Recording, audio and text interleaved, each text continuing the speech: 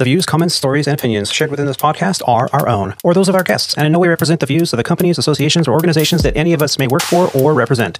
All stories, events, and tales shared within this episode may or may not have happened in the manner in which they were told. They may or may not have even happened at all. The details have been changed to protect the innocent and the guilty alike. This is Squawk Ident. You're listening to Squawk Ident, an aviation podcast that explores the many pathways to an aviation profession, the challenges that a professional aviator can expect in today's marketplace, and we share many stories along the way. I'm your host, Aviator Tony, a professional airline captain currently flying for a U.S. legacy airline with over 20 years on the flight line. Welcome aboard Flight 142 of the Squawk Ident Podcast, recorded on the 14th of January, 2024. From the Aviator Sound Studios from somewhere in Southern California. On today's flight, Alex D and I discuss winter flight schedules, how not to show up for an airline interview, and the best way to get your airline application looked at. We also have the honor in speaking with a guest who has work experience on both sides of the cockpit door. All this and more on this, the 142nd episode of the Squawk Ident Podcast. Well, joining me today is an outstanding aviator and Squawk Ident co-host. He is a former U.S. Navy Reserve's Chief Information Systems Technician or Certified Flight Instructor, and an Embraer 175 pilot and pilot recruiter for Sandpiper Regional, the alias to one of Legacy Airlines' wholly owned regional airlines. Joining us today from his home podcast studio, where he is recovering from a 3-day trip that stranded him in Tulsa for days. From his newly remodeled studio from somewhere in Justin, Texas, please help me in welcoming to the show our very own Alex D. Alex? How you doing? Well, I'm alive, that's for sure. It's cold, really cold outside. I think it's a whole whopping like 15 degrees out in Texas, which I'm getting faces from Olivia because she's in Chicago, but that's cold for Texas. But no, it's good. Just happy to be back, starting season 4. 6. It's my 4th year. I was on in season 4. That's where I got the confusion. Yeah, season 6. Wow. Can you believe that? Wow. I don't know, how does this thing work? Yeah, for those of you out there listening in the podcast land, wait a minute. He's only been on since 2019. So 2019 was season 1. At the end of and we didn't go the whole year. I started this like towards the end of the year. And then I went, well, first of the year, we'll call it a new season. I don't even know how long I'm going to be doing this. And then every year after that has been a new season. So it is 6, right? Yeah, I guess if you want to call it 2024 would start season 6. Wow. Wouldn't that be season 5 though? Well, but you started season 1 and then you went to season 2 in 2020.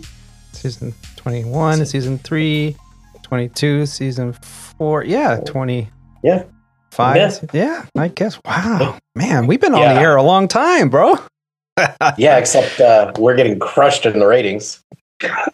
Well, we need to do these more often. Well, yeah. Why don't you come over here and do all that post-edit work for me and come up with show ideas? I got a brand new computer, and I will gladly start doing post-editing stuff to take some load off from you. Yeah, see, this is the way it needs to happen, ladies and gentlemen. Yeah, get somebody else.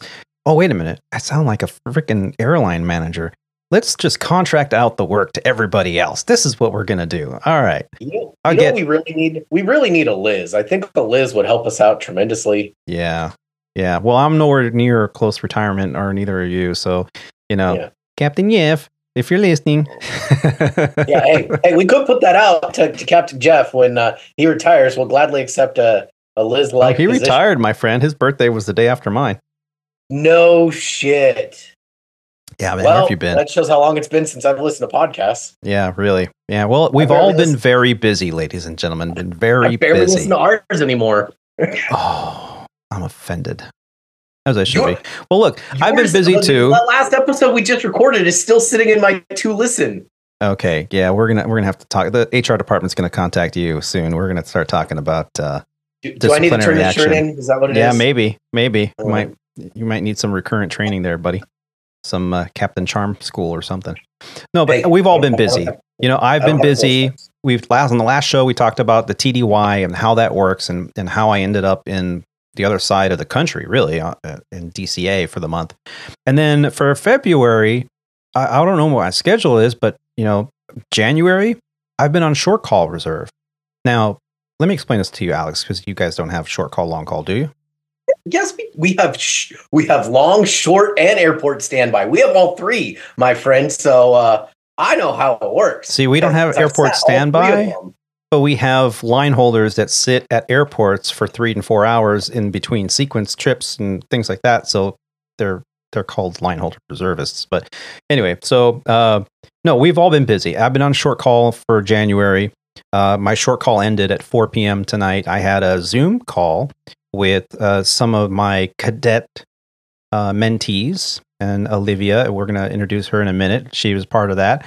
And we're really excited about what's going on in the industry in general aviation and all those that are studying right now, getting their ratings and getting ready to insert themselves into this wonderful journey in aviation.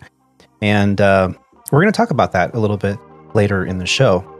But let's just continue on without further ado, because the new format, let's see if it actually happens. It's going to be like around an hour or so, maybe an hour and a half on the longer shows. Let's see if it can happen, because no more 3-hour shows. It's just, let's let the other podcast do 3-hour shows. Yeah. Okay. Yeah. Okay. Yeah. Alex is like, it's not going to happen. Yeah. Well, let's introduce her. Okay. Her journey in aviation started out in the year 2018 when she started a job at Legacy Airlines as a flight attendant. On a long delay on the ground in Boston one night, she sparked a conversation with her captain, who took the time to encourage her to look into a career as an airline pilot. After applying to the Legacy Airlines' cadet program, she got in. Now, she is a graduate from her flight school. She holds a CFI II and a type rating in a CE 680 Sovereign jet. She has surpassed the 1,500-hour mark and is ready to make the jump from the 135 operation to 121. Please help me in welcoming to the show, Miss Olivia G. Olivia, how you doing? Hi. How you doing? Good. It's actually -8 over here. So Alex, you can quit complaining. My car door was frozen shut today. Oh my goodness. Well, Chicago is very unforgiving in the wintertime, and being based there on and off for 13 years with Sandpiper, I feel your pain, Olivia. You already know. Yeah. Have that alcohol bottle ready to go so you can squeeze it around your door and try to get it open. My whole thing is, at least we don't have alligators, earthquakes. I'm so far inland of the city, there's no tornadoes, so a little bit of cold I can handle. Yeah. Well, just get ready, because pretty soon you'll be doing those walkarounds and, doing that inspection. Make sure you have your mittens and your beanies. And I even actually had these little rubber, kind of like, I forget what they're called, something cat claws or something. They're like little rubber booties that you put on your shoes with little tiny metal like bolts underneath it, and it's to slip over your running shoes when you run on ice and snow. Well, I put that under my uniform shoes and when I do my walk around, because all it takes is one slip and fall and you're out. That is true. I'm pretty spoiled, honestly, because the 135, the plane is in the hangar. You do your whole walk around out there. It's pretty nice. I was in Tulsa and it was -11 Celsius out, and the wind was blowing, which made it like the wind chill factor worse. And it was bad. And that was when we got stranded with the thrust reverser breaking. Yeah, it was not fun. Yeah, well, thrust reversers are highly overrated. You can MEL those, right? Yeah. Well, I mean, you can, but when it's deployed and it doesn't want to go back, you can't, take off at all. Yeah. So that explains why you were stuck there for a few days. It wasn't a few days. It was all day. We landed at 9:30 and I didn't get back to Dallas until we left there at like 4:45. Oh, so why are you complaining? Because I was stranded in Tulsa. Who wants to be stranded in Tulsa at the airport? Well, there's a lot of people from Tulsa that would have an argument with you right now, but let's not go there. People in Tulsa were leaving Tulsa. Well, that's what happens during the wintertime, right? So first things first. Let's get to you, Olivia. Let's discover all about your journey in aviation. And it's been a pleasure meeting you. You and I met pretty recently, a few months ago, through this Legacy Airlines' Cadet Academy program. I became a mentor. I've kind of talked about that on the show. And I was really looking forward, and they call it a pod. So every mentor has a pod of students. And I ended up with 5, I think. And now I'm down to, well, really 3. So you have the pod. And Olivia, who has already gone through the program, who was a mentor herself in the program, who is now, as we discussed in the intro, working her way through to build her time so that she can get the minimum hours to apply to the wholly owned regional airline, which is part of the whole program. She was assigned as kind of an assistant mentor for me. Really, she had more experience with the mentoring part of it, and I just brought in the aviation part where I've gone through all this in the last 20 years. And so I'm here to basically answer questions, help out, hopefully kind of do some mentoring and some motivation for those that kind of, we've all had it when we're learning how to fly, going through our program, where we kind of get stuck, or maybe we didn't do so well on an oral or something, and then we just need to talk to our mentor to assure us that everything's going to be okay, or try approaching it this way, or try approaching it that way. And mostly that's what my role has been.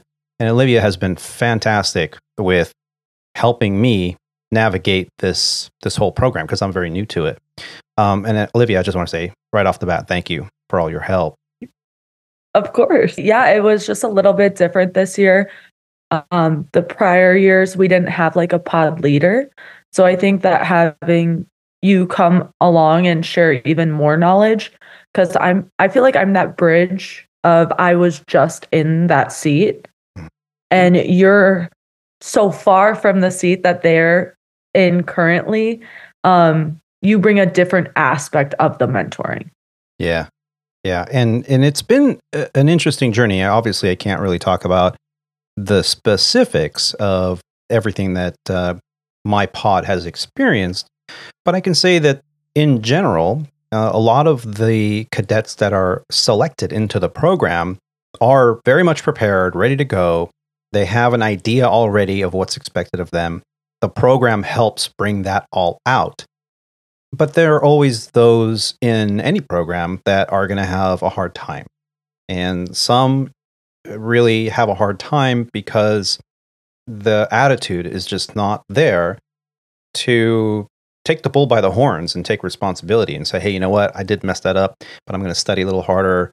And I'm going to, maybe approach this from a different aspect, or I'm going to ask my peers for help.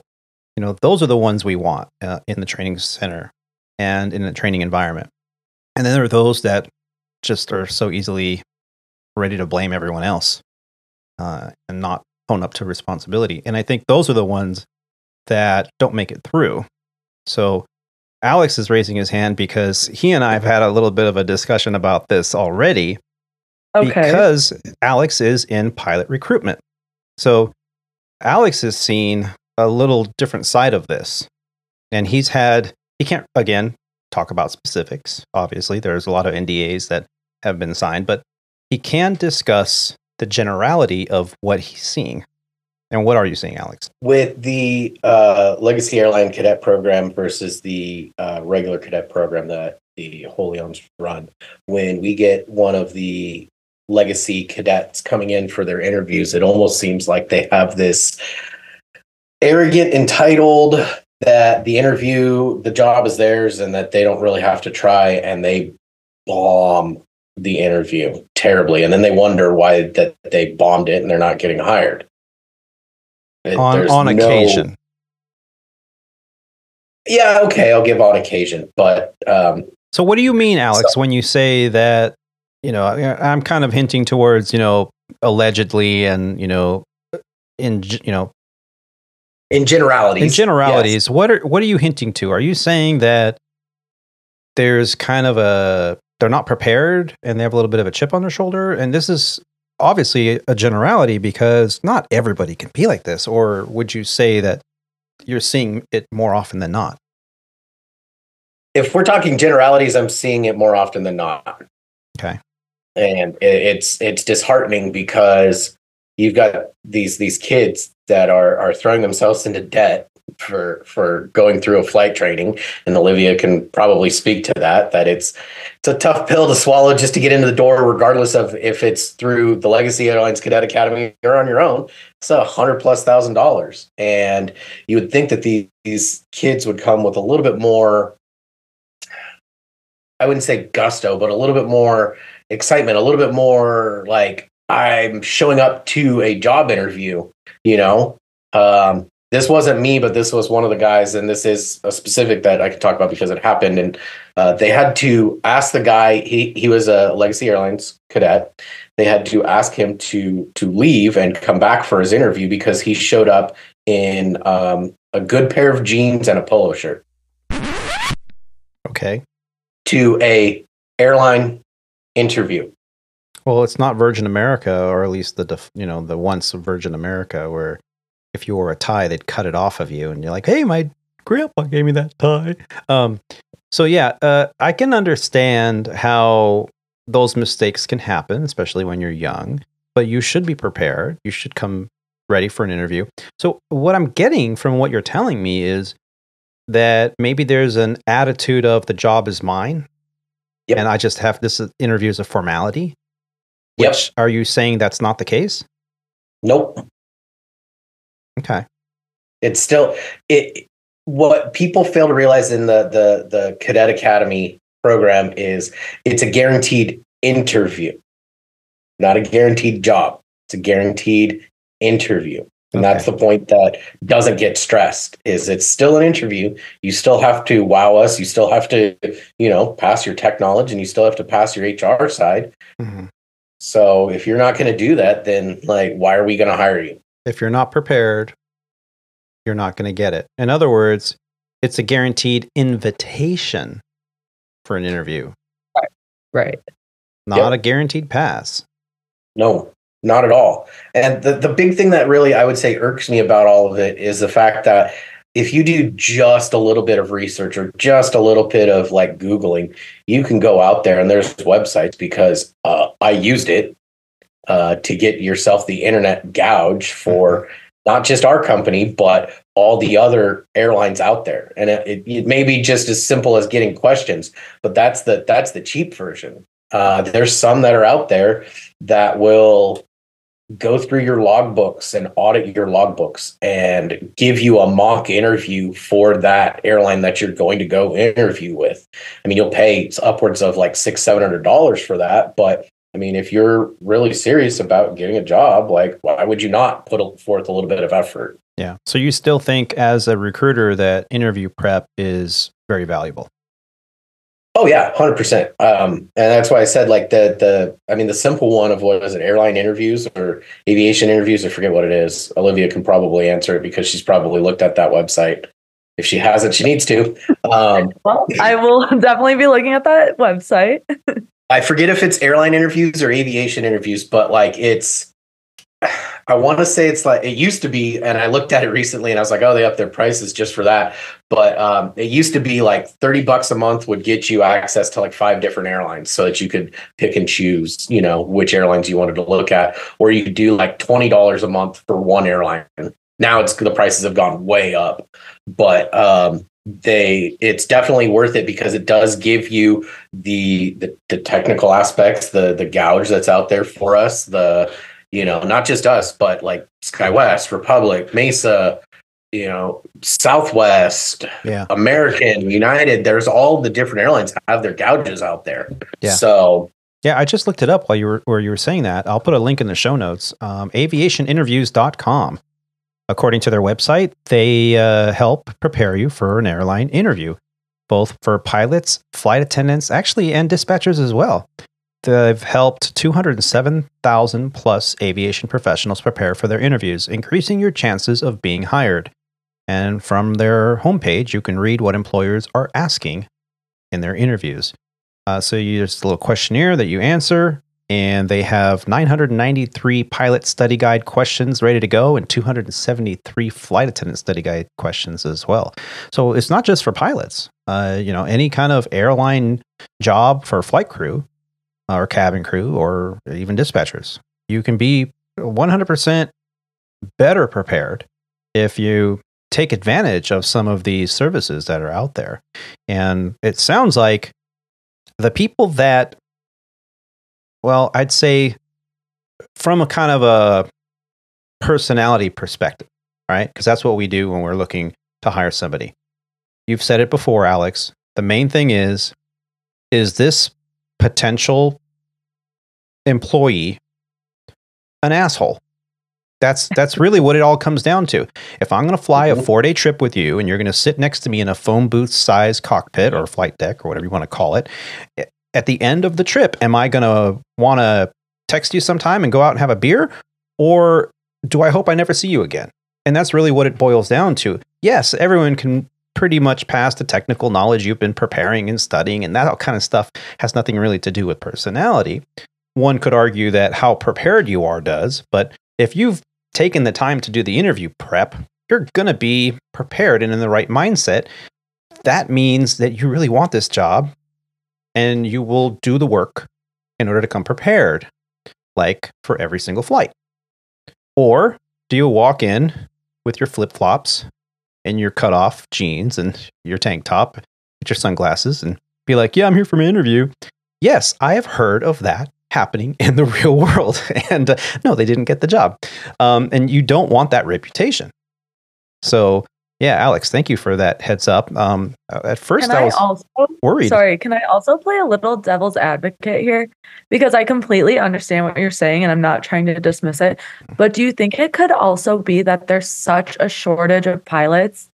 Because I've heard people say this where they're like, well, they need me. They need me more than I need them, basically, is some people's mindsets. So do you think that it could be because of the shortage that maybe people are starting to act a little bit more entitled? Yes, it's happening more often. I will agree with that. I will definitely agree with that. But from the recruiting aspect, we have over 4,000 applications on file. Oh, I know. On file. Hold on, I'm ready. But that's what I'm saying is like, I have 4,000 applications on file. Like, if you're going to be an entitled, spoiled brat about it, I'm just going to go grab somebody else out of that stack. Right. Because there's 4,000 other applicants who I guarantee you would show up prepared and they're the same qualification level you are. Why am I going to choose you over these other 4,000 people? So wait a minute. You're saying that there isn't a pilot shortage? No, I'm not saying that there isn't. I'm saying that companies are throttling back and doing different things to control the flow of pilots coming in. Exactly. We've seen this. We've read these articles. There are cargo companies, even mainline and regional companies that are throttling back their hiring. Why? I thought we had a pilot shortage. I thought it's the greatest time in aviation to get in aviation. I can get a job anywhere. I can show up in my underwear and they'll hire me. Right? We've heard this. But I think the tides are starting to turn. There's a little bit of unrest in this industry with how many incidences are happening. And for those that are watching, yes, that is a 737 simulator behind me on the green screen with the open door policy right there on the left-hand side. But it is definitely, I can start to see this throttling back of hiring, which means what it is, it's not a pilot shortage. I think it's a training department shortage of staff. So the training department has to slow down their hiring so that they can catch up with how many new hires are waiting for simulator rides, check rides, IOE. They need to get everybody back on task, on schedule, so that they can get those pilots, those new hires, out on the flight line and qualified before they overwhelm the training center even more. And I think that's why we're throttling back. It's not because the pilot shortage is starting to go away. I think it's the training departments just can't keep up. And so if that's the case and we can throttle back, now we have a couple moments to take a breath and select our new hire candidates a little bit more carefully because we don't have a deadline. looming over us. So, Yep. I mean, is that a pretty accurate assessment there, Alex? I can't neither confirm nor deny some of these things. Thank you for confirming that. So that is an NDA that that I can no longer speak of. Well, yeah. So Legacy Airlines and Sandpiper both, yes, we can neither confirm nor deny any of that kind of stuff. Yeah. But let's get back to you, Olivia. So we've talked a little bit about what you got yourself into. You started out as a flight attendant. Why did you get into aviation to begin with? Was the flight attendant route something you were always thinking about? No, so my whole life, I just, pun intended, I just wing it. I was actually going to school to become a traveling nurse. My mom called me and she was like, "Do you even like nursing?" And I was like, "No, but I really love traveling." I was like, "Hey, you should become a flight attendant." I put one resume into Legacy Airlines. I got a call back to fly down to Texas.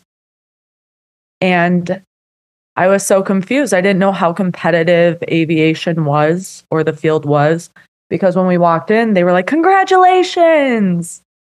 And I looked totally out of place. Everybody had their buns in, their scarves on, but I just showed up like me. And I thought we all got the job because they were telling us congratulations, but they were like, "No, congratulations for making it this far." Oh, oh man. Yeah. So, I've heard the horror stories of hiring on the flight attendants, and it's like a multi-step process. And once you get that invite to the HQ, that's like everybody's freaking out, because at that point there's a lot of steps that you guys have gone through just to get to that point. right. So I don't have any family in aviation. I didn't know what to expect. I just showed up for an interview with my blazer, my pencil skirt. I was ready to go. And I became a flight attendant. I lived out on the East Coast for some time. And I thought, this is a really fun lifestyle. I love traveling. But you know what I love more is being in control and money. Spoken like a true pilot. So I met a super awesome mentor on a really long delay, like you said, in Boston. And he told me about the cadet program, told me I should apply, and wrote me a recommendation letter. And from there, it's all history. Yeah. So talk us through this cadet program for Legacy Airlines. Now, you were at the Legacy Airlines cadet application process, right? That's how you started. You didn't do the regional wholly owned cadet program. And then maybe Alex, you can, after she's done, you could kind of explain the difference between the two, because I actually don't know. But so you applied to the program. Did you get called for like an interview to get in the program, or did they just send you an email going, "You're accepted"? How did that work? So this again was in mid 2018, so it could be different by now. Mm-hmm. However, you go down to Texas, and they do probably about 15 people in one room. You do kind of like an on-the-spot, quick 20, 15-minute interview. If they like you, they pull your application and your name. And again, this was 5 years ago, so who knows how they do it now. And then if they pulled your application because they liked you, they would send you down to, I like to call it a bop it test. They sat you in front of a computer, and it had like a bop it format on it. And if you saw a yellow circle, you had to click the yellow circle. If you heard a tone in your right ear, you had to click on the right pedal that was on the floor. So we did probably about 2 hours of this testing. Whoa. It was pretty crazy. I thought in my mind, I was like, oh, they must be testing for like ADHD or something, because you had to pay like a lot of attention to it. And then after that, they sent us all home and emailed us, "Hey, these are the schools that are available to you at the moment. And then here are the ones where you can be waitlisted. So it's like a hand-eye coordination exam. Yes. And then also manipulate controls. Not looking back. Yes. Yeah. And then also more of like an attention span as well. I see. So they had one where there was a circle like that would cover the whole screen made up of little circles. And you had to watch this little circle go to every single circle around it. And if it skipped a circle, you had to press your space bar. Oh, wow. So it is a bobbit. It was literally a bobbit. It was pretty fun, honestly. Minus the circle one. I was like, oh, this is so tedious. Oh, wow. So I've never heard of such a thing. So they had you go through this, and you passed that test, and then they sent you an email and said, hey, congratulations, you're in? Yes. Wow. Okay. So that process, how long did that take? Was that like a long wait time to hear back, or did they tell you pretty much immediately? So luckily for me, the cadet program, the legacy cadet program, was just starting, right? So it probably took 2 weeks to do all of everything. Yeah, your intake and all that. Yeah. Right. Okay. So you got into the program, and then you selected a school that they had, I think, 5 at the time, or is that about accurate? Yeah. No, they had 3 at the time. Only 3. Okay, so that's the first year of the program, yeah. Right. So, and you decided to go where? I decided to go to Shore on the west. I had just always wanted to live in that city. I visited it frequently. And also, it was the only place with available slots. I see. And for those of you listening going, wait a minute, I've never heard of Shore Flight School. It's an alias, obviously. The Shore Flight School out on the West Coast somewhere. So for those of you like puzzles, figure it out. And that program I know what it is. Oh, good for you. Oh, okay.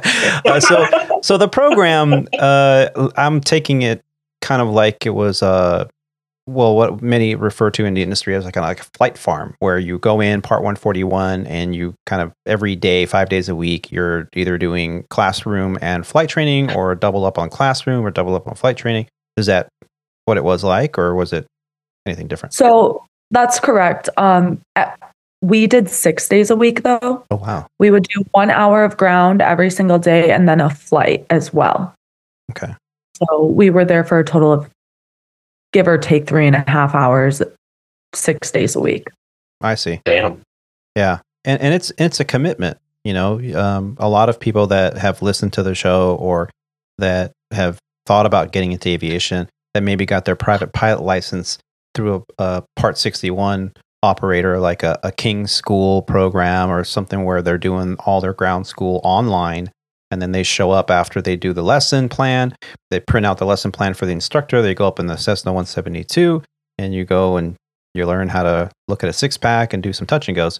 And then you come back and you do the next online program, and so on and so forth. But with nothing wrong with that. No, that's how I got my private. That's how I did all my ratings. But then it's kind of a culture shock when you get into a program where, like, you gotta some of these places you even have to wear uniforms, and you don't know what your schedule is until 5 o'clock the day before. And so it's very much catered to an airline training facility. And is that what Shore is like? I would say that's extremely accurate. We did not know our schedules until until 5 p.m. for the next day. But I had a fabulous time. I don't knock like 61 people because it's all the same rating. However, for me personally, I need that structure. Like, I needed to be held accountable to be there every day. Of course, the loan was pretty holding me accountable. It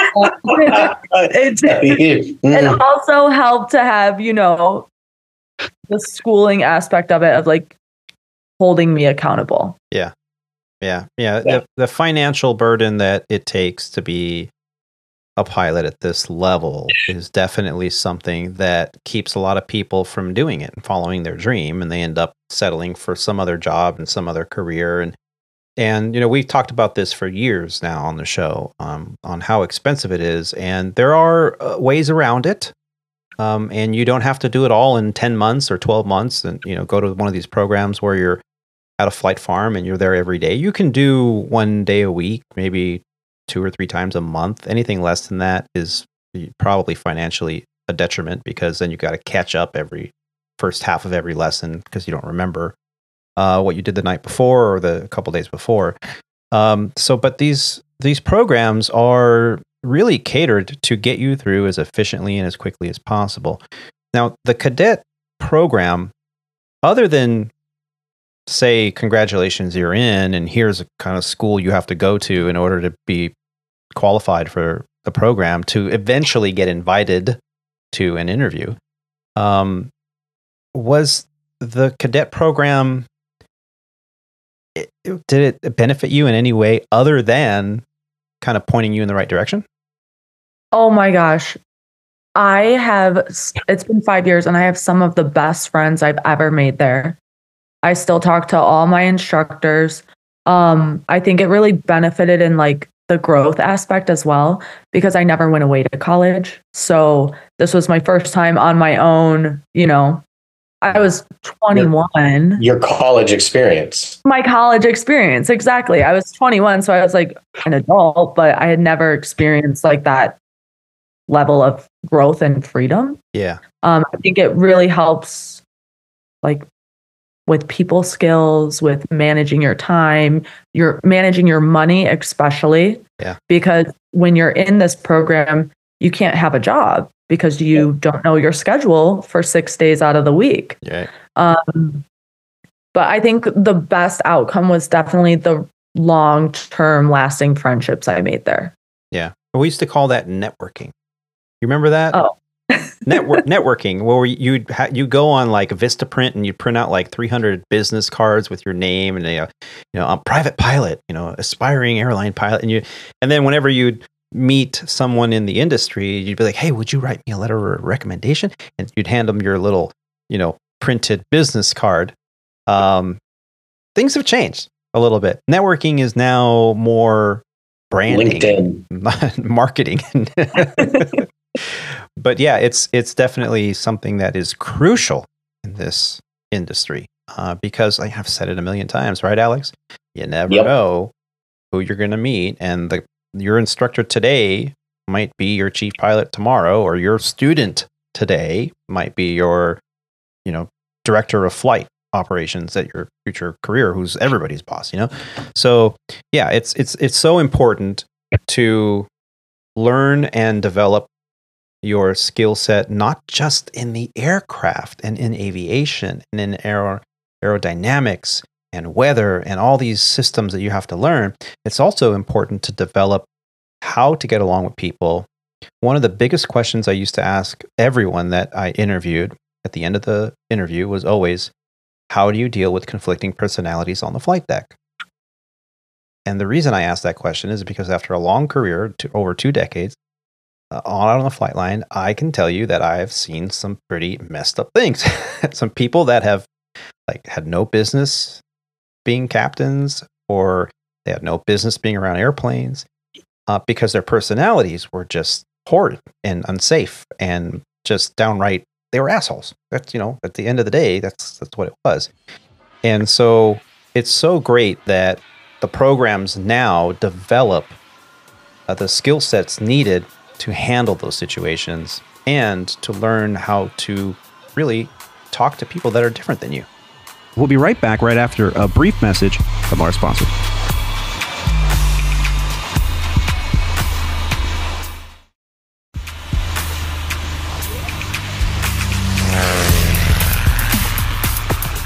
Well, there was one thing that you did say that people don't realize when you're going into flight training is that if you're going to go to a flight farm or a puppy mill or whatever you want to call it type of industry, is you have to treat it like it is your full-time job. Like you have to make it your life for how long was the program at shore? Like, So it was it's quoted as a year. However, throughout my training, we did hit COVID. So there was a little upset in that, along with there's a pilot shortage, of course, but there's also a DPE shortage. yep. So it was taking, a good amount of time to get those check rides done. Yep. So, And trust me, I did my flight training out of Southern California, so I was in that DPE shortage and COVID time as well. So trust me, I felt it all. And it, like, in total, how long did it take you? well, it took me 14 or 15 months. Okay. So, I mean, that's realistically with the COVID and the DPE shortage, that's not bad. It after what they quoted you of a year. So that's only 3 months more than what they quoted you. Right. Yeah. It wasn't bad at all. But you also treated it like you should have as a full-time job, and you were there 6 days a week, 3.5, 4 hours a day. And when you probably got done, you probably buried your face into some books or some aviation, something or other, to continue with the learning process. And that's what people don't realize is you go through that and it's a full-time job. Like your aviation day in and day out for, I know the huge puppy mill one that's out there right now. I don't know what we're going to call it, but the big one that's nationwide, Tony, you know what I'm talking about? I don't want to say the name of ATP. it. Why not? Say ATP, Airline Okay, fine, Transport. ATP. But they're in every aviation magazine in there. And now instead of saying we train you for direct entry into Embraer 175, now those ATP ads are saying we train you direct entry to an Airbus A321 for Frontier Airlines. And it's a fact. It's a lot of these flight farms, flight schools, puppy mills, whatever nickname you want to give them. That's what they're doing. They are getting you the minimum education and the minimum time necessary in order for you to achieve your type rating and get into a 121 operator, and the biggest 121 operator they can potentially get you in right now is going from CFI to Airbus type rating. And then once you have your minimum time, over to a ultra low cost carrier. And the reason they're doing that is because the ultra low cost carriers are not able to hire people anymore because they're getting $100,000 bonuses to jump ship and go from one regional to another. Why would you go, to an ultra low cost carrier where they can't pay you the same rates and the contracts aren't as good? Maybe, I don't know, but that's what they're doing now. So by doing so, they don't create loyalty, but what they're doing is they're creating someone who doesn't have much experience out there. They're not going to go anywhere. They're not going to get a call from United or Delta and going, hey, by the way, so you got a job at Frontier with 1,500 hours and the only time you have is in a Cessna 172. So, hey, they're not going to do that. So Frontier is kind of guaranteeing. Go ahead. It's gonna get to that point where the big ones are gonna start looking at these, ATPs and Shores and CAE, all these different ones now, and they're gonna be like, well, we need people. The legacies are gonna start getting to that point. I know that it's starting with the ultra low cost, but even still, like people still don't realize that going to a flight school is a full-time job. If you're serious about making this a career, it's a full-time job. Now, if you're just getting, a onesie, twosie here and there, yeah, by all means, go save money, go do, part-time, once, twice a week, whatever, do that. That's the easiest route for somebody who's just like, I want to get my license because it's been a bucket list of mine. Cool, do that. But if you're serious about this, you have to commit yourself to one of these academies and you have to give up the better part of a year to do it. Like I know ATP quotes 0 to hero in 10 months. And it's like $120,000. And that you're asking a 18, 19, 20-year-old kid, you were 21, hey, go ahead and take out this $100,000 loan. It's at a 9% interest rate. Oh God. So, oh God, that so that hurts my brain. let's talk Like- about this for a second, because we've dedicated entire shows to this in the past. So I made the big mistake because I was young and naive. They said, "Hey, we're going to get you this loan, and because you can't work, we say you should pull out an extra 20 grand so you can pay for an apartment while you're studying and for a year." And fine. And I was like, "Okay, I'll do it. I just want to fly airplanes." Okay, yeah, that sounds good. That sounds Oh, extra 20 I'll grand just on sign. top Where of do I it. sign? It's You $60,000. want to read the contract? No, I'm good, man. I'm sure you're honest and all that. Let's sign the paperwork. So I did that, and then they go, "Hey, and you don't have to pay back this loan until you are actually employed at a 121 carrier." Yeah. So that way, because you're not going to be making much money as an instructor. And I thought, "Oh yeah, that's a really good deal there." Okay, and then when I got a job, 6 months after I got a job, I got this nice letter in the mail that says, "Oh, by the way, you now owe us, I think it was like $790 a month, and your student loan was, I think, at the high point, right when I graduated, was like $89,000. I mean, this is a while back, okay. And then by the time I started paying it back, it was, oh, it's now $125,000. I'm like, what? What? Oh yeah, that interest, in your case 9%, was accruing the whole time, right? Oh yeah. Yeah. So now that we have this current, career progression where regionals are paying as much in some cases as wide body captains are getting paid. You get that signing bonus. Don't spend it. You take a chunk of that and put it in an interest-bearing account, and then start chipping away at that student loan as soon as possible, and get that interest rate gone. It doesn't matter how you do it. Get it gone, because the tax breaks are not worth it. 120, 140, 160,000 plus in some of these cases. But here's the thing, Tony. Here's the thing. Those student loans that they're taking out, yes, they are a student loan, and that's what they are, but they're not a federally backed or federally protected student loan. It is basically a privatized loan that they are putting a stamp on as a student loan. So kind of like those Sally Mae ones. Yes. Right. That's exactly. You're not getting any of the protections behind a regular loan that you would use for college for flight school. It is literally a personal loan that in Olivia's case, that Legacy Airlines is co-signing on so that she can take out the $100,000 needed to go fly at a flight school. Because who's going to give a 21-year-old $120K to go to school unless you have someone co-sign for you? So yeah, it's scary. That's the whole point. It's scary. But it is worth scary. it? I personally believe it was 100% worth it. I think nothing motivates me more than money. And to know that I have that debt looming over me, it's more so like, well, I have to get to the airlines now as soon as possible and start chipping this away. Yeah. But yeah, I wish I would have known back then that it was a 9% interest rate, because my dad was like, "Oh, what did you do?"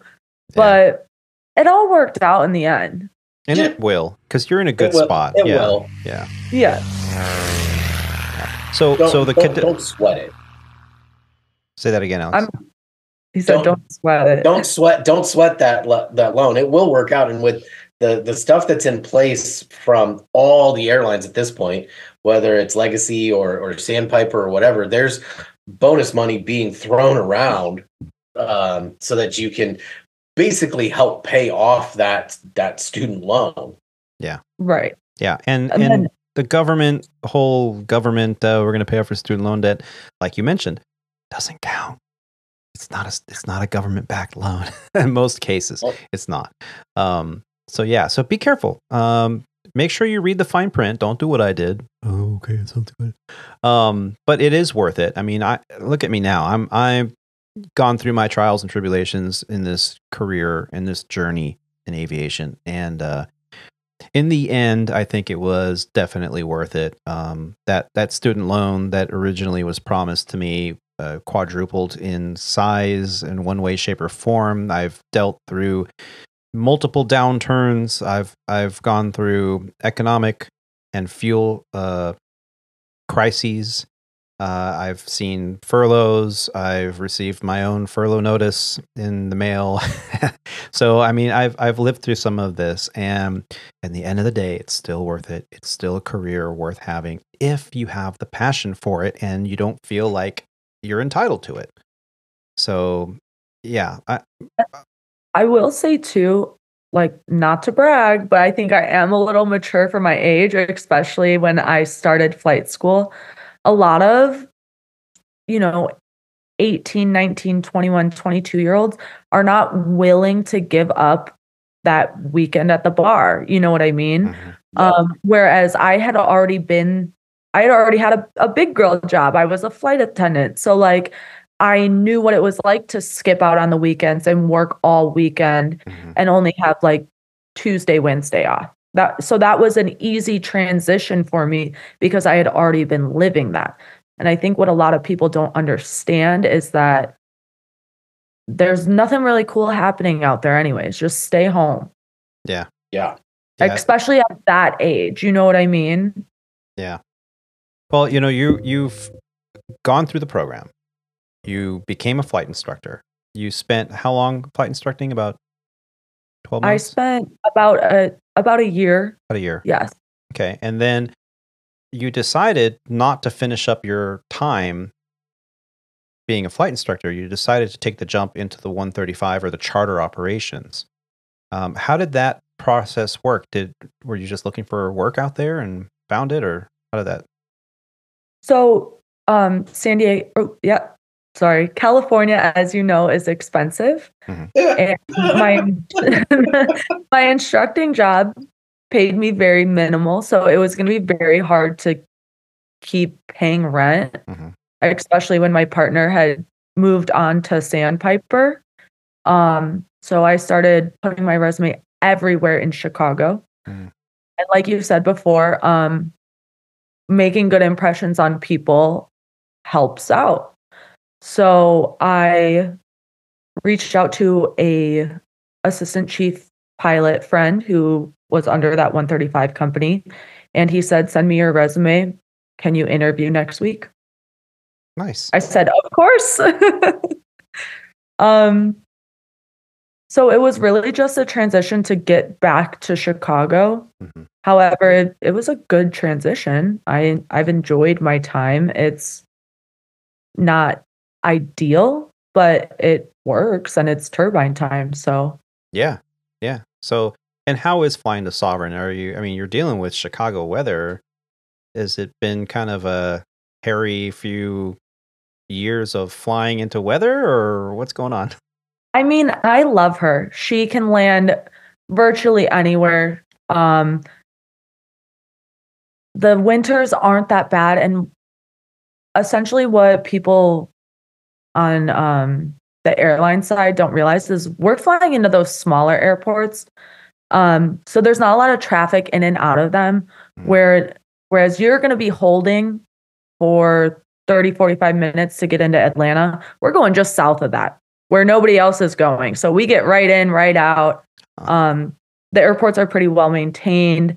There are some airports where it's like the middle of nowhere and there's just corn surrounding your runway. Yeah. Those we probably wouldn't be able to get into during the winter. I don't think those plows are going very often. I've had delays into Florida, but I've never had to hold. I've never had to really delay for weather other than 30 minutes last week out of Chicago. Nice. You're flying out of executive? Yes, I'm flying out of Chicago executive. Yeah. So the weather, as long as it's minimums, we're going.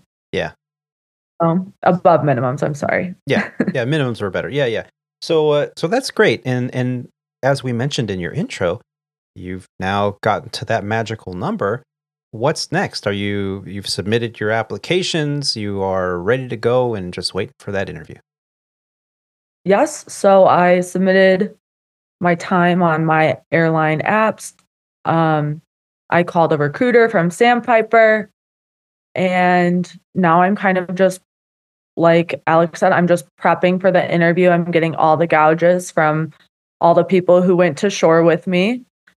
and perfecting my resume. I'm sending it out to a few of my mentors. And that's kind of all I can do. Now it's just a waiting game. It was like a work really hard game. And now it's just get all your ducks in a row, freshen up on, Part 91 regs and stuff, and 121 rest requirements, all of that. And yeah. Now, Alex, what is the one question in an interview that seems to give most applicants the hardest time? It's not really one. I would say it's more the general jet chart knowledge that I see is the main issue. Flyover versus flyby point. Yeah, that's one of them. I've read my gouges. just a lot of the fact that like you got to think that when Tony and I know how to read a jet chart because it's what we do. It's what we deal with day in and day out, and right. We don't know any different. And at this point, if I looked at a government chart, I'd probably hate myself that I used to actually use those things. But with the kids that are coming through now, like they don't touch a jet chart, so they have no absolute knowledge on it, and it's there's certain things on a JEP that's not on a government chart or vice versa, or the way that it's laid out or whatever, that it seems to give them the most amount of struggles. So that's generally the biggest. If I could say one thing to anybody who's listening out there who's going to go for an interview at Sandpiper is know your JEP charts. Like that would be my one thing. The HR side, they've knocked it down from a bunch of questions. Now we just ask a handful of HR questions. So those aren't pretty tough. If you can talk about yourself, you're pretty well good on that. My favorite HR question is, so there's 20 applicants here today. Why should I hire you and not them? You remember my dad's answer to that? No, what was it? So my dad, I think he got interviewed at United or Continental or one of those, and it was basically that, like, so you got 3,000 hours in a 152, and this guy out here has got 2,000 hours in an F4. Why should we pick you over him? And my dad went, I don't know why you should pick me. I'd pick him too. And that was the end of my dad's interview. Thank you for coming in today. Yeah, I don't know why I didn't get that job. But no, they've changed a lot of the HR process for questions, because like when I went through, I think we had like 10 or 15 different questions that we got answered, like tell me a time, those type of questions. Yeah. All those are kind of gone now. I mean, they don't ask you what happens if the captain is flying below minimums and you don't have the runway in sight. What are you going to do? Go around. Yeah. How are you going to go around? The captain's flying the airplane. He's the captain. You say go around, and the captain goes, I got it. You just keep putting it on the tape. That's all you can do at this point. Is just keep saying, we should go around. We should go around. We should go around. Can you cue the mic and go, going around?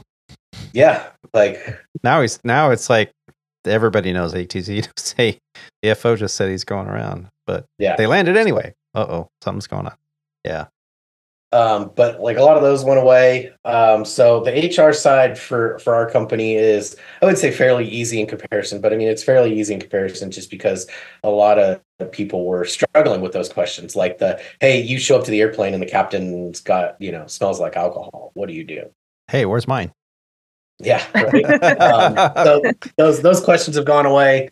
It's mainly into JEP questions. It's your general like 91 reg knowledge, your instrument regs. Basically, what I tell people when they come into the interview in the morning, I say it's private instrument, commercial level questions. It's nothing too far out of your wheelhouse of where your knowledge base should be. Like, I'm not going to say, hey, I'm a hydraulic molecule, take me through hydraulic system 3. Tomato flames. Right? Yeah, right. Like, so stuff like that. Like, I mean, if you have like all that basic stuff that you would be as an instructor teaching your students as a double I or stuff in that kind of wheelhouse, you're going to pass the interview, at least on the regulatory questions, right? It's the jet knowledge that seems to trip everybody up. Well, it's the technical side of, and it's really the most important side because, you're gonna be taught systems. You're gonna be taught the operations, right? SOPs.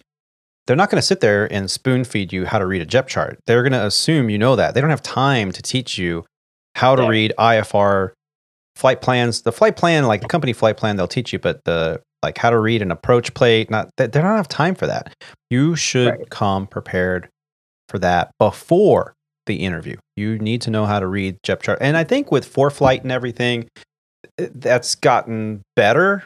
I think because people are using ForeFlight, they're not using paper charts anymore. But you still need to know how to read them, not just a little blue, purple airplane, whatever color it is in your. It's still a tough pill to swallow for that too, because I mean you're paying, what is it? I don't even know how much ForeFlight is now. It's like what? I think it's like $90 for the basic, but you don't get the JEP charts with the basic. That's exactly it. So you have to pay whatever the more expensive one is, plus the $200 a year JEP subscription on top of that. Well, when I went to Pan Am Flight Academy in North Phoenix, we didn't have cell phones and tablets, things like that at the ready. I mean, we had like Nokia flip phones, things like that.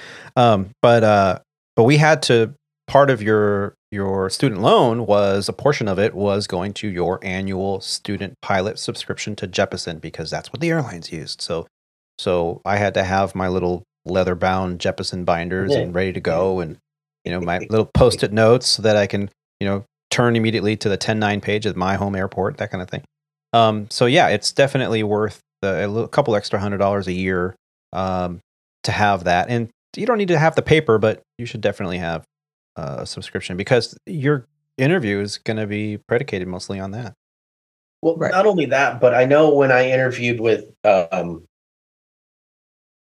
I'll just say it. When I interviewed with SkyWest sent me a whole, like, I want to say it was like 50, 60 page gouge on just JEP charts. Yeah. And I don't know where that is anymore, because I've looked through my emails because people have asked me for it. So don't know where it disappeared to. I think it was like in an email from them that was then a link that you had to download. So, but it was like a 50, 60 page gouge of literally just how to read JEP charts. And I read that thing backwards, forwards, left, right, up, down, sideways. So they knew you either knew it or you didn't, or you clearly didn't care, because if you showed up to the interview, they gave you the information. If you show up to the interview not knowing it, then and that's exactly it. That, though, there are like little booklets out there for the Jeppesen charts, and there's a link that's been shared all throughout my friends and I. Oh, cool. I mean, we're in a world of technology. It's Google it. Yeah, what that's does, exactly it. The star with the circle around it mean on a JEP chart, and it'll bink right there. Yep. Well, and that's what goes back to my original statement was, like, if you're coming in for our interview unprepared, like in this age of technology that we live in, you're telling me that you couldn't take 10 minutes to Google and study how to read a JEP chart, because you don't even have to go to like that whole gouge that I got. I know Bold Method has one, because I remember reading that. Like, there are different websites out there that you can spend 5-10 minutes reading them, and you can get a basic understanding of JEP charts. Yeah. Yeah. So at the end of this podcast, what's the moral here? Well, we found out how Olivia started her journey from first on the cabin side of the cockpit door, and then through a little bit of motivation and some inspiration, was able to be inspired enough to apply to the Cadet Academy, then got accepted, did her time, committed to the studying, committed to the responsibility of being prepared, then got into the flying, flight instructor at first, 135 after that, and now, how exciting, she's getting ready to jump over to the 121 side. And man, that is going to be the fire hose. Alex was gracious enough to explain his entire process of what it was like for like 2 or 3 podcasts in a row. We had live updates from your training at Sandpiper and the fire hose of information that you were receiving and how you got through it. And some of the best advice, I think, was given on those shows, because you were talking about how to prepare, how to study, how to not to get overwhelmed, how Well, what's to funny is relieve that stress. that whole process has changed now. Has it really? Yeah, because you remember Keithan? Yeah. Yeah. Well, so he's a line pilot now. Nice. Yeah. But he was telling me when he was going through, and I was like, wait, no, I thought this was before this, and you had to do this, and then you did this, and then yeah. So even since I've gone through, and that was in 2022, it's changed. Wow. Yeah. So it's more streamlined now. Sure. Yeah. We'll go with that. Sure. Okay. In this segment, I just wanted to thank one of our listeners who sent in some audio feedback. Mr. Alex Schaefer, who has sent us feedback in the past, sent me an email recently with some audio. Now, this audio, he took our advice and he recorded a voice memo on his phone. So it's longer than the whole 60-second or 90-second thing from SpeakPipe. And I am able to play it now. So he sent us this email. It says, hey, no longer restricted Captain Tony. I wanted to write in and say Merry Christmas, and I left you a voice memo for the team attached. Took your advice and did the Apple voice memo and had the pleasure of listening to the last few episodes while on a work trip in the Pacific Northwest. Definitely made the driving go faster. And here is that audio. Hey, Squawk Ident team. It's Alec calling from Texas. I just wanted to say Merry Christmas and an upcoming Happy New Year to the team and everybody that's been on this year on the show. Love listening to you guys' podcast. I've wrote in a few times over the years. Been a fan since day one when it came out. Just a little bit of background and let you guys know where I'm at on my journey.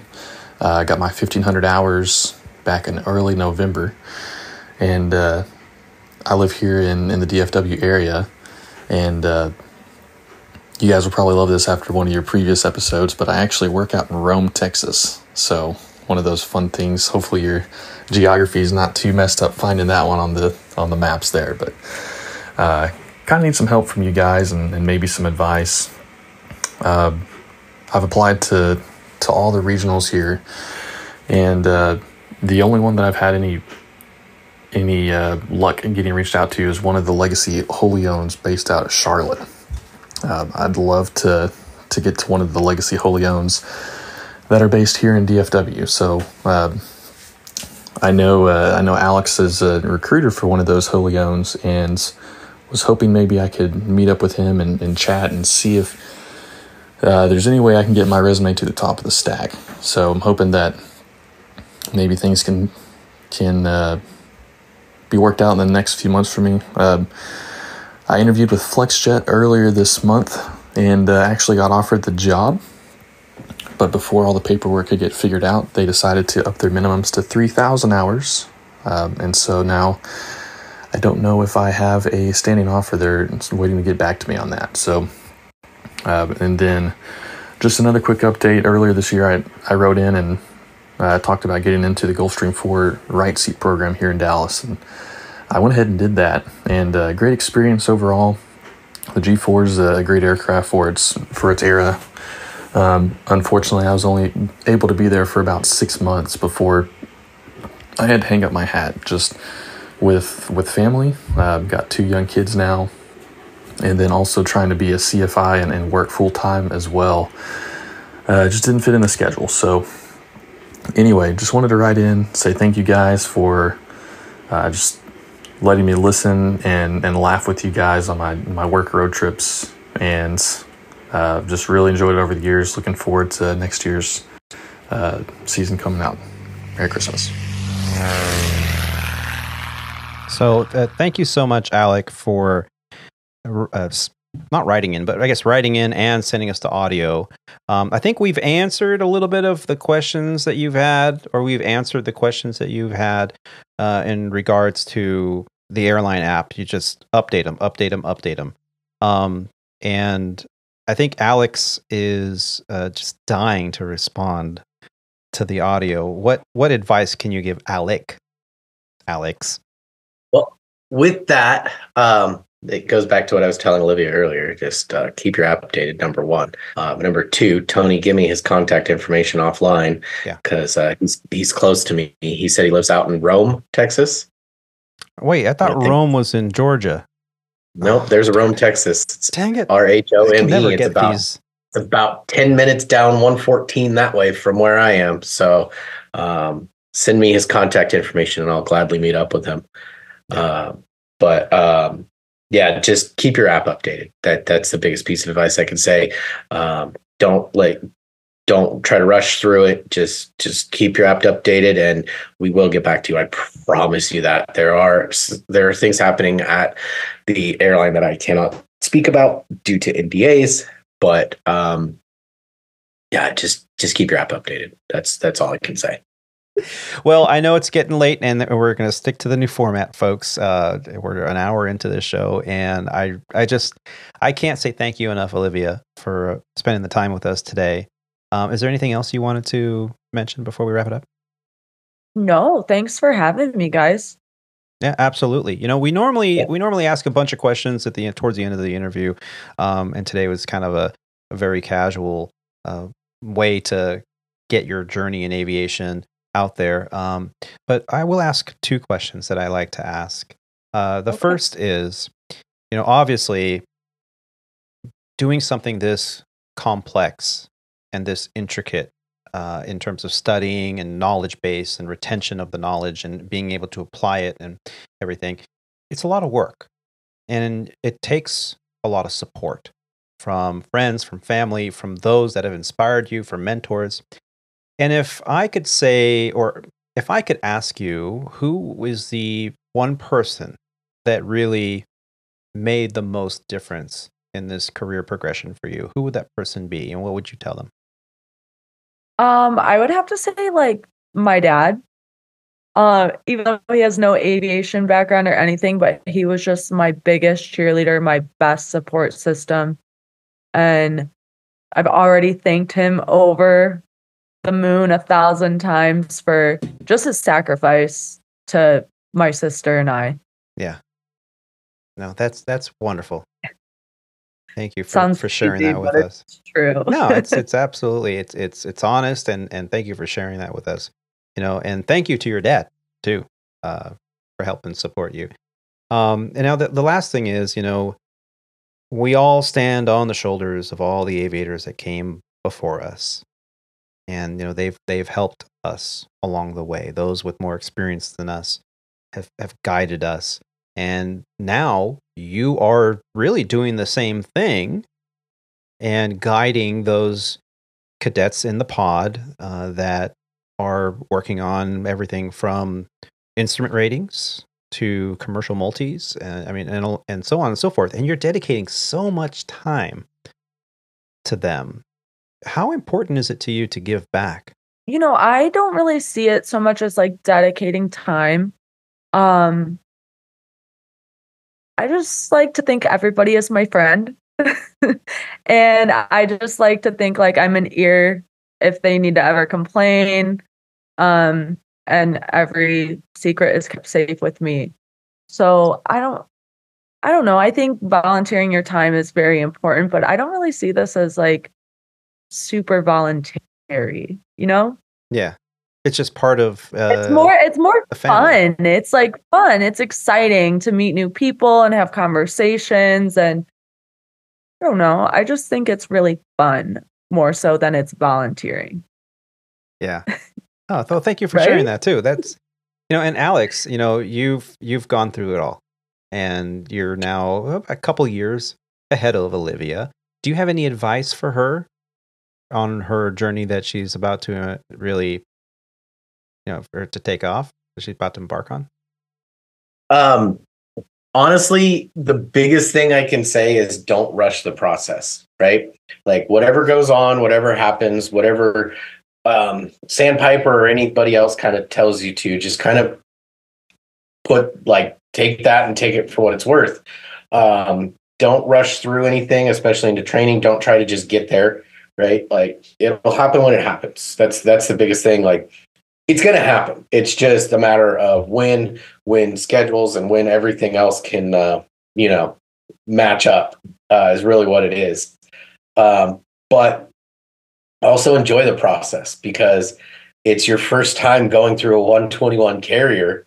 It's a lot different than flying 135 and 91 and instructing and all that stuff. So don't, enjoy. It's going to suck. I'm going to tell you that it's going to suck, but enjoy that process while you can, because once you get through it and you're like, man, you look back, you're like, oh, that was easier than I expected it to be. And then when you get to a bigger airline, like I've had buddies that have gone on to Southwest and United, and they're like, man, like, you don't realize how amazing it was, at Sandpiper, or you don't know how amazing it is to come over to an airline where you're actually treated like an adult, or, like it just, the perspective shifts and the perspective changes. And it's like, enjoy the process in each stage that you're at. Yeah. I had my first flight instructor when I got my instructor rating. I'm still in contact with him to this day. Since 2006, like we're still good friends and we still talk periodically. And he told me when I got my instructor, he's like, enjoy that process, because when you get to the airlines, you're going to look back and go, man, I wish I could still, be doing something along those lines, or, doing that. And I see Tony nodding in agreement, because like, if Tony could right now, he would get back and slam a 172 into the ground and bounce it. I mean, gracefully land it on the runway. I told you I'd flare too high.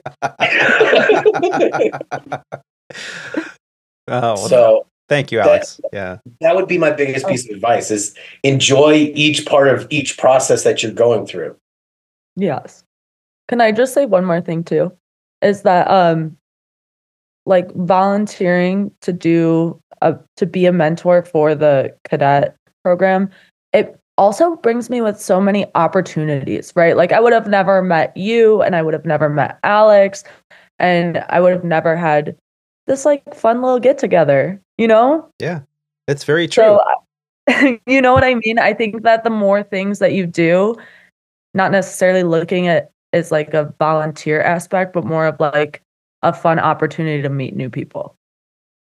Yeah. Well, and that's it. At the end of the day, is on top of being a pilot for Sandpiper, right? I'm a ALPA mentor for the union, right? I have my group of mentees. I get 5 of them like every 4 or 5 months, whenever it is that they cycle through, and I'm supposed to keep in contact with them for their first year. I do that, and then plus I'm in recruiting and all that stuff. So I get to reach out to, meet new people, like as Tony says, networking, right? Basically every day. Right. So, and then it's a fun new time to meet new people. Like I'm definitely like, if you have any questions on anything of the process outside of this, like Tony set up the little group chat thing, just send me a message and we can talk, and we can, give you some pointers and some stuff to look for and do. Right. Don't show up in jeans and a polo shirt. Oh yeah, 100%. You're gonna 100% get hired, with that. But the biggest thing I can say for you, and then this also goes to anybody else who's out there who hasn't heard back from Sandpiper at this point, keep your resume or keep your airline apps up to date with the most current. Like if you want to do it weekly, cool, do it weekly. If you want to do it daily, cool, do it daily. But that's going to keep you at the top of the pile. And we have to go through 4,000 applications. Like how are we going to know who to pick from? Well, the people who have theirs the most up to date. So when you update your airline apps, it kind of resets the clock. Is that what you're saying? 100%. It pushes you to the top of the pile. Okay. And we're grabbing from the top of the pile. You heard it here, ladies and gentlemen. Update your airline apps today. Yeah, no, seriously, for those who out there who have apps in at Sandpiper, if you know what Sandpiper is and know where to do it, keep your airline apps up to date. Don't email us that you've updated it, but just keep it up to date, because that pile keeps ever growing, and the way to keep yourself at the top is to update it. Well, folks, thank you so much. I want to say thank you to Alex for joining us today and giving us such insight on the hiring process, on how to deal with interviews and what to expect. I want to thank Olivia for sharing her journey with us today, and for all the work that you're doing for all those Cadet Academy mentees out there, and we wish you the very best. And we expect to hear back from you on the podcast on your process and how it all worked out for you. Of course. So we got that to look forward to. And all of you out there in podcast land, please help us out by sharing this podcast online and with your friends. Be sure to subscribe or follow the Squawk Ident Podcast on whatever platform you're listening on. We have a new platform, and I'm very excited about it, YouTube Podcast. So all the podcasts are now uploaded on YouTube. Now, the YouTube Podcast site only has audio with the each episode's show art on there, so you're not really watching a video on those. We do have our video site, but we also have the YouTube podcast site for those of you who are maybe not interested in Spotify or Apple Podcasts or any of those things, because a lot of people have said to me, I've told them about the podcast, I'm like, well, is it on YouTube? I'm like, well, no. In the past, I just had the clips on the videos that we produce, which are very time consuming, and I really haven't done one in over a year. But yes, we are now on YouTube Podcast. We also love receiving listener feedback. You can send us an email or even audio feedback via our website at aviatortony.com. That's Alpha Victor, the number 8, Romeo Tango Oscar November Yankee.com. There you'll find our audio archives, photos from the flight line, our guest book photo tab, Squawk Ident Pilot Shop, and you can find an assortment of things there on the Pilot Shop. No, I don't see any proceeds from that whatsoever. It's just a place you can go and get a t-shirt or a mug or a hat or whatever. You can also contribute financially to our program right from our home state. Okay. You can also contribute financially to our program right from our homepage at aviatortony.com. Facebook, YouTube, and Instagram users can find us under Squawk Ident. And I just want to say thank you to all of you for taking the time to listen to these grateful aviators. Keep the dirty side down out there. Be safe and take care of each other. Bye, y'all. Bye.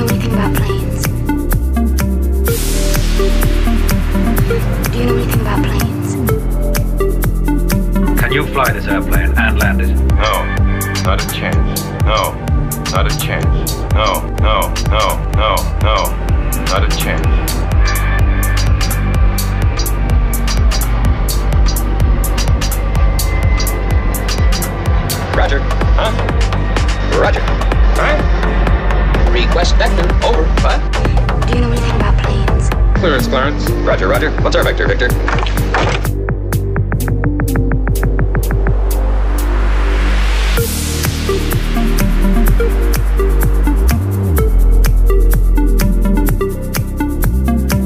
The elite. Best of the best. We'll make you better. We'll make you better. Do you know anything about planes? Oh, jeez. Oh, you kill me. You really do.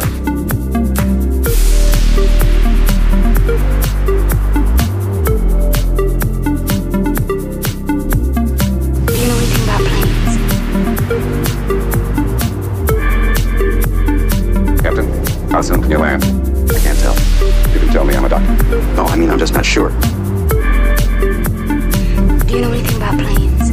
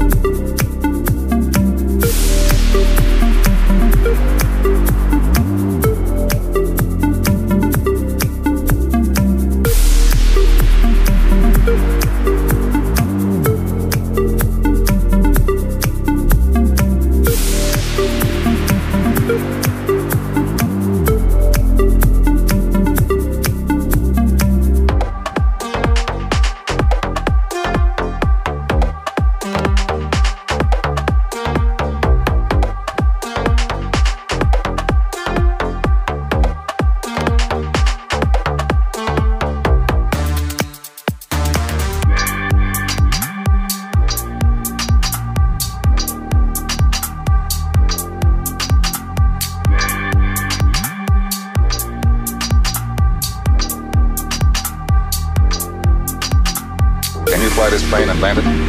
It's an entirely different kind of flying.